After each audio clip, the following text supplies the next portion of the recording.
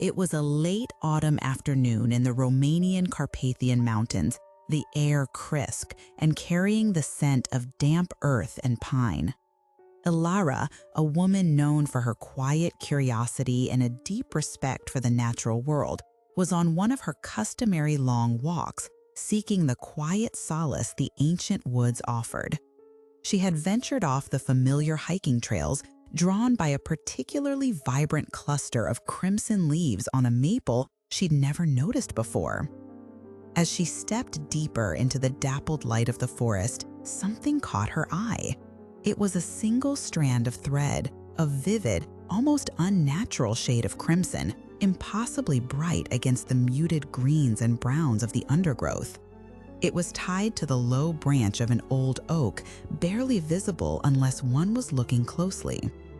Ilara paused, her brow furrowing slightly. It seemed so out of place, so deliberately placed, yet for no apparent reason. Her initial thought was that a hiker had perhaps lost something, a piece of yarn from a forgotten project.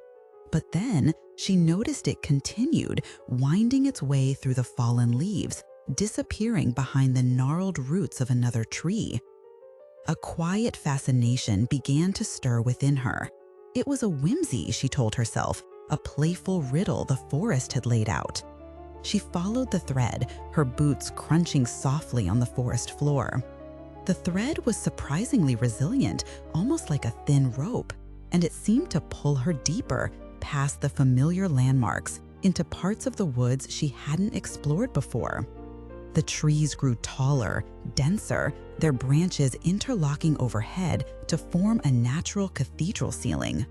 The light grew dimmer, turning the vibrant autumn colors into deeper, more mysterious hues. As she walked, a subtle shift occurred. The initial lightness of her curiosity began to mingle with a growing sense of unease.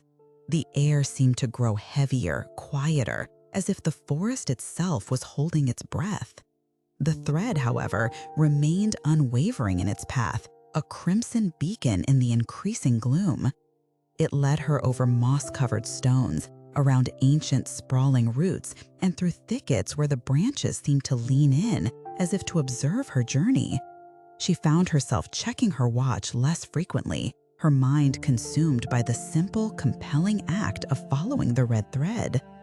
There was a feeling that she was no longer merely walking, she was being led. The path the thread carved grew increasingly narrow, leading her into a part of the forest that felt ancient and untouched. The silence here was profound, broken only by the rhythmic thumping of her own heart. Just as a shiver of genuine apprehension began to trace its way down her spine, the trees parted slightly, revealing a small, almost hidden clearing. And there it was. Deep within the clearing, nestled beneath the sprawling branches of an immense, centuries-old beech tree, stood a wooden cradle. It was old, carved from dark, unvarnished wood, and seemed to hum with an indescribable stillness. It was rocking gently, swaying back and forth with a slow, deliberate rhythm, as if an invisible presence tended to it. There was no breeze strong enough to cause such movement, no visible force. The red thread, Ilara noticed, lay coiled neatly beside it, its journey evidently concluded. Ilara stood frozen, a peculiar mix of awe and dread washing over her. The scene was both beautiful and profoundly unsettling. The rocking cradle, empty yet full of an unseen presence, seemed to defy all logic, all natural explanation. She felt a chill, not from the temperature, but from the raw, inexplicable mystery of it all. As she stared, mesmerized by the hypnotic sway of the cradle, a whisper, faint yet distinct, seemed to curl from the very air around her.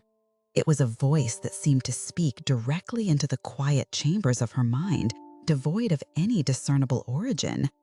"You should not have followed the thread." The words, though soft, struck her with the force of a physical blow. The mystery, which had been intriguing and even a little charming, instantly transformed into something far more chilling. The gentle rocking of the cradle now seemed menacing, the profound silence of the clearing suddenly oppressive. Every instant in Alara's being screamed for her to leave, to break free from the invisible grip this place held. She turned slowly, her heart pounding a frantic rhythm against her ribs. She didn't run, not immediately. There was a peculiar sense of needing to preserve the moment, to acknowledge what she had seen. But she walked with purpose, her gaze fixed on the faint trail her boots had made. She didn't look back. The journey out of the woods felt different. The thread was gone, and the path was no longer a playful puzzle, but a desperate escape.